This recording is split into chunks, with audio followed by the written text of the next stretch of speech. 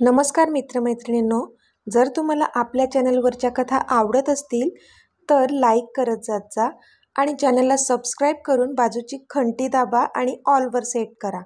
म्हणजे जेव्हा जेव्हा मी नवीन व्हिडिओ किंवा कोणतीही नवीन पोस्ट अपलोड करेन तेव्हा ती सगळ्यात आधी तुमच्यापर्यंत पोहोचेल. धन्यवाद. तर वळूया आपल्या कथेच्या पुढच्या भागाकडे. ते मला वाटलं आय एम सॉरी, ती खाली मान घालून बोलली. डोळे अश्रूने टपटपले होते. जाणून बुजून चुका करायच्या आणि मग हे असे अश्रू गाळून सॉरी बोलायचं, दॅट मेक नो सेन्स. ह्याची शिक्षा तर तुला मिळणारच. तो रागात बोलला आणि तिचा हात पकडून खेचतच तिला तो वर घेऊन जाऊ लागला. इथे सगळेजण मात्र त्याचा तो अवतार बघून घाबरले होते. फक्त कुणाल आणि किंजलच्या चेहऱ्यावर असुरी आनंद होता, कारण तो आता जान्हवीला शिक्षा जो देणार होता. आता पुढे. अमित, अरे थांब, असं काय खेचून घेऊन जातोयस तिला? रीमा चिडून बोलल्या. मॉम प्लीज, हिने काय केलंय माहीत आहे का तुला? तिला शिक्षा तर मिळणारच, अमित बोलला आणि पुन्हा तिचा हात जोरातच खेचून तिला वर घेऊन जाऊ लागला. अमित, अरे गेस्ट आहे ती आपली, सोड तिचा हात. रीमा आता जास्तच रागात बोलल्या. I don't care Maugham. तो रागात जानूकडे एक नजर टाकून बोलला आणि पुन्हा तिचा हात जोरातच खेचत तिला वर घेऊन जाऊ लागला. तशी मॉमनी नकारार्थी मान हलवली आणि त्या पण त्यांच्या मागे वर केल्या. पण इथे कुणाल आणि किंजल मात्र आतून खूप जास्त सुखावले होते. त्यांना तेच तर पाहिजे होतं. रॉनीला पण काहीच कळत नव्हतं. त्याने आशूकडे पाहिलं तर ती पण अमितचा हा अवतार पाहून घाबरली होती. तिचं रॉनीकडे अजिबात लक्ष नव्हतं. ती जानूकडेच पाहत होती.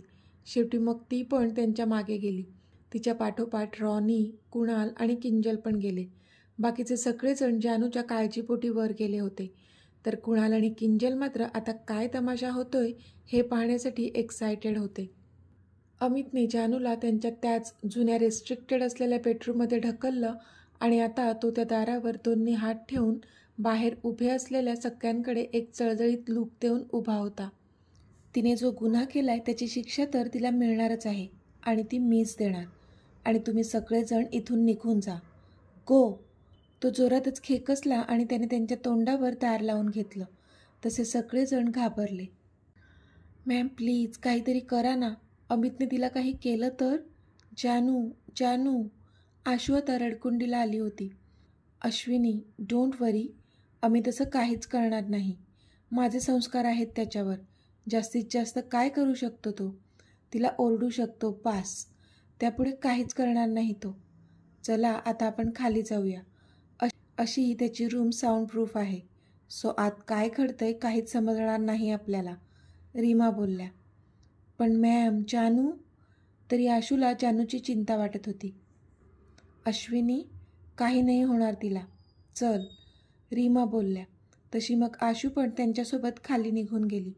रॉनीला तिची अवस्था कळत होती, पण सध्या राग होता ना त्याचा तिच्यावर, म्हणून तो जास्त काही बोलत नव्हता तिच्याशी. कुणाल आणि किंजल पण तोंड वाकडं करून तिथून निघून गेले, कारण आत्ता त्याच्या रूममधलं असंही काही ऐकायला मिळणार नव्हतं त्यांना. इथे जानू घाबरलेल्या अवस्थेत समोरच्या भिंतीजवळ उभी होती. तिला मुळात कळत नव्हतं की त्याला इतकं चिडायला काय झालं. I am sorry. ते मला नव्हतं माहीत की तुम्हाला हे आवडणार नाही. म्हणजे माझ्या लक्षात नाही आलं. ते आशूला घर दाखवत होते, त्यातच मी ही रूम पण ओपन केली. मला माहीत असतं की तुम्ही इतके रागावणार असाल तर मी अजिबात नसती उघडली ती रूम. I am sorry. ती बिचारी एक एक शब्द जुळवून बोलत होती. त्याच्या रागालाच घाबरली होती ती. अजूनही डोळे टबटबलेच होते. पण कधीपासून त्याचा काहीच आवाज येत नव्हता, म्हणून मग तिने नजर वर करून त्याच्याकडे पाहिलं तर तिचाच श्वास अडकला, कारण तो तर तिलाच एकटक पाहत होता. तिने आज साडी नेसली नव्हती. पिंक कलरचा स्लीवलेस चुडीदार ड्रेस घातला होता. त्यावर ब्लू चांदण्या असलेली ओढणी घेतली होती.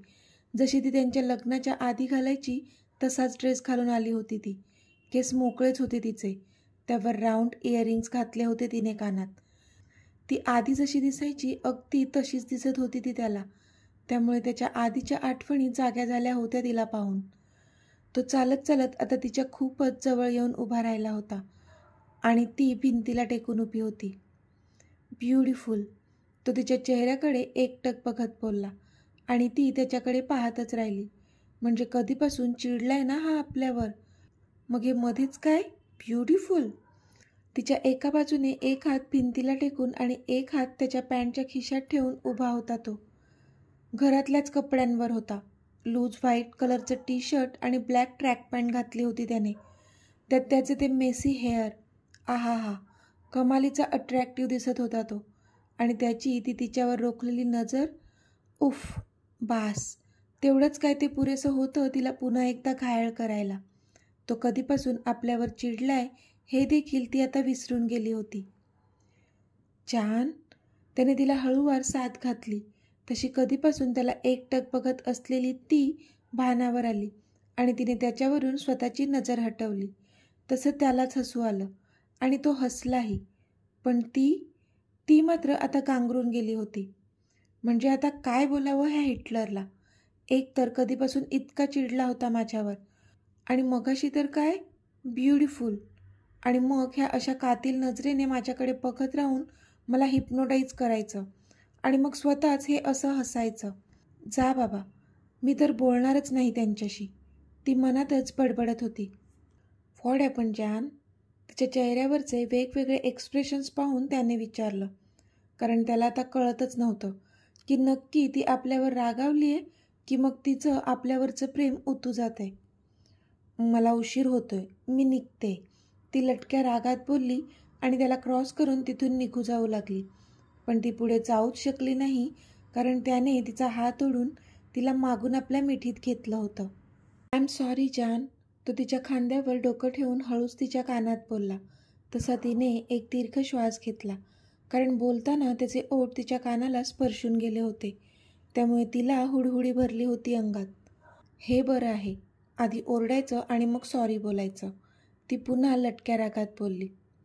माझी काय हिंमत तुला ओरडण्याची जान? पण समोर कुणाल बसला होता आणि अजून तरी आपल्याला हे सत्य लपवून त्याला गाफील ठेवायचं आहे ना, म्हणून हे नाटक करावं लागलं मला. आय एम सॉरी, तो सॉरी फिगरमध्ये बोलला. तसं तिने वळून त्याच्याकडे पाहिलं. तुम्हाला खरंच राग नाही आला माझा? तिने विचारलं. राग? कशासाठी? त्याने विचारलं. हेच, मी तुम्हाला न विचारता रूम उघडून मध्ये आले म्हणून, तिने विचारलं. Oh come on jaan, you have all rights dear. After all ही तुझी पण तर रूम आहे ना? तो बोलला तशी ती त्याच्याकडे पुन्हा पाहू लागली. जर मला तुला पण ह्या रूममध्ये जाऊ द्यायचं नसतं तर मी तुझं असलेलं ॲक्सेस आधीच काढून घेतलं असतं ना? तो बोलला तशी तिच्या चेहऱ्यावर स्माईल आली आणि तिने त्याला घट्ट मिठी मारली. Jaan, you are looking mesmerising in this churidar. तो बोलला तशा आनंदाच्या लाटा तिच्या शरीरात उसळू लागल्या. त्यालाच इम्प्रेस करण्यासाठी तर तिने तो ड्रेस घातला होता आणि आता तिच्या स्वामीने तिला कॉम्प्लिमेंट दिली होती म्हणून त्याचं चीज झालं होतं. ती तशीच त्याच्या मिठीत हलके स्माईल करत होती. लज्जेची झालर तिच्या गालावर होती, पण तिने काही त्याच्या छातीतून चेहरा बाजूला केलाच नव्हता. त्यामुळे तिच्या गालावरची लाली काही त्याला आता दिसणार नव्हतीच. थँक्यू, ती ब्लश होत बोलली तसा तो गालातच हसला. फक्त थँक्यूने काम नाही होणार, ओके? तुझी पनिशमेंट बाकी आहे. तो मिश्किल अंदाजात बोलला तशी ती त्याच्या मिठीतून थोडं बाजूला झाली. म्हणजे? ती त्याच्या चेहऱ्याकडे पाहत बोलली तर तो तिच्या ओठांवर स्टेअर करताना दिसला तिला, आणि तिला त्याच्या बोलण्याचा रोग कळला. आता तिच्या शरीरात गुजबम्स आले होते. मला उशीर होतोय, मी निघते, ती गडबडून बोलली आणि पटकन वळून जाऊ लागली. पण तिच्या ओढणीला एक हिसका बसला आणि पुन्हा ती त्याच्याजवळ ओढली गेली. त्याने तिची ओढणी खेचली होती आणि मागून तिला मिठीत घेतलं होतं. त्याने तिचे केस एका हाताने बाजूला केले आणि तिच्या खांद्यावर एक डीप किस केला. तसे तिने तिचे डोळे मिटून घेतले. आता तिच्या मानेवर त्याचे ओठ फिरू लागले. तशी एक वीज सळसळली तिच्या शरीरात. मी प्लीज, तिच्या मनातल्या भावनांना अडवून ती त्याला थांबवत होती, पण तो काही थांबलाच नाही. त्याने तिच्या ड्रेसला मागून असलेली झीप खासकन खाली केली.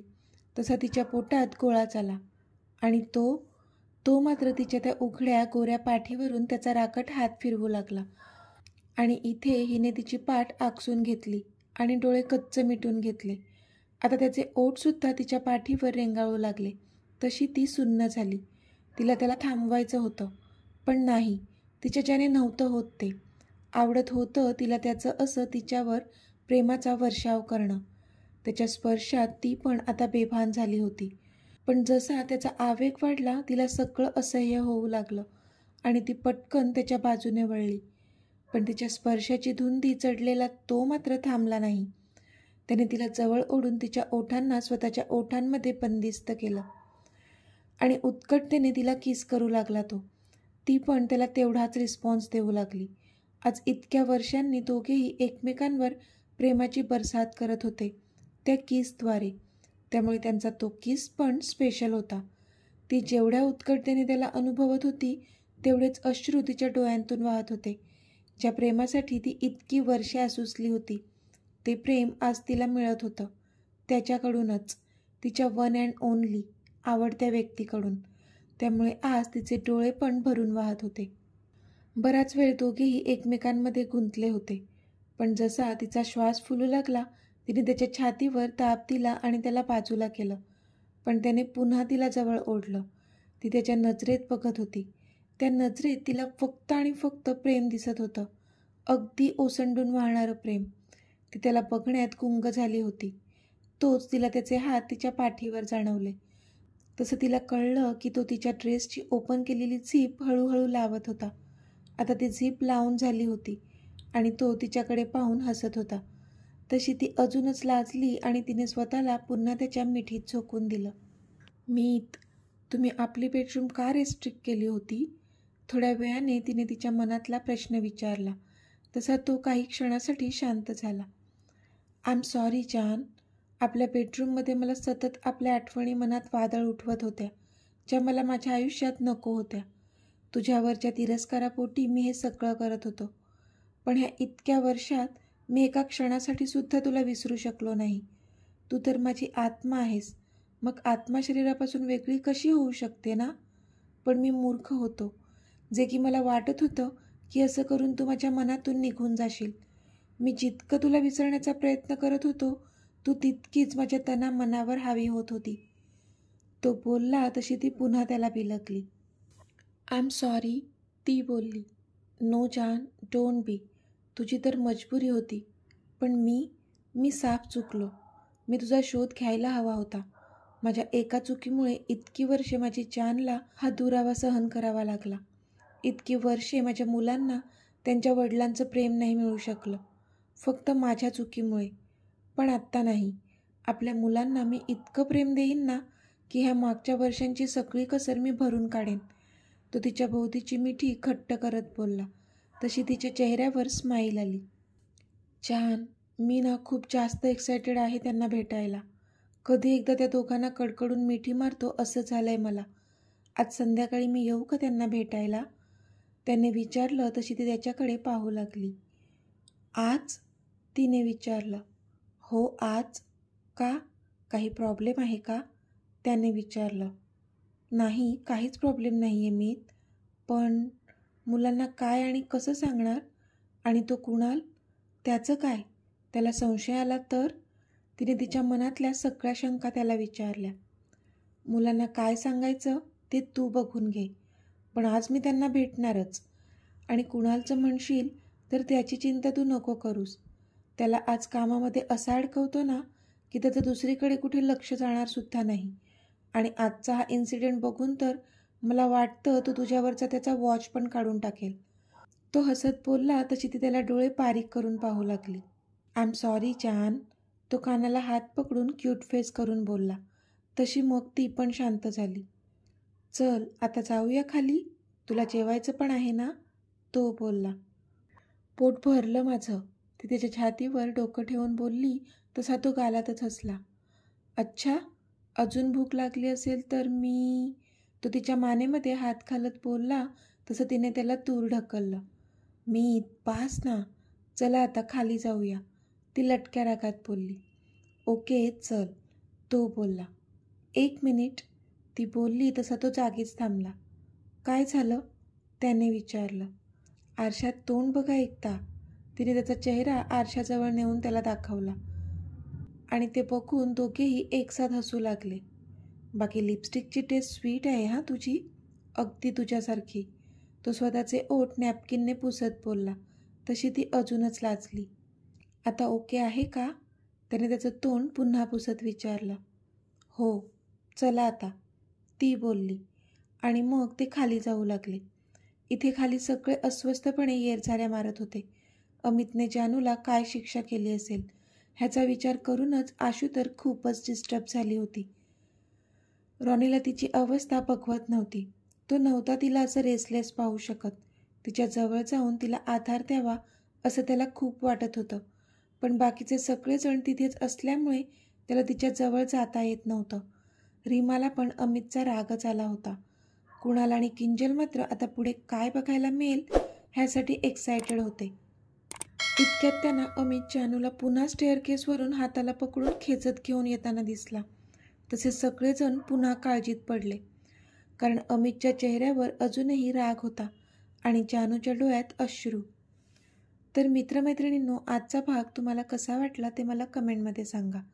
आणि जर आवडला असेल तर व्हिडिओला लाईक करा, शेअर करा आणि चॅनलला सबस्क्राईब करून बाजूची घंटी नक्की दाबा. चला तर भेटूया आपल्या पुढच्या भागात. तोपर्यंत धन्यवाद.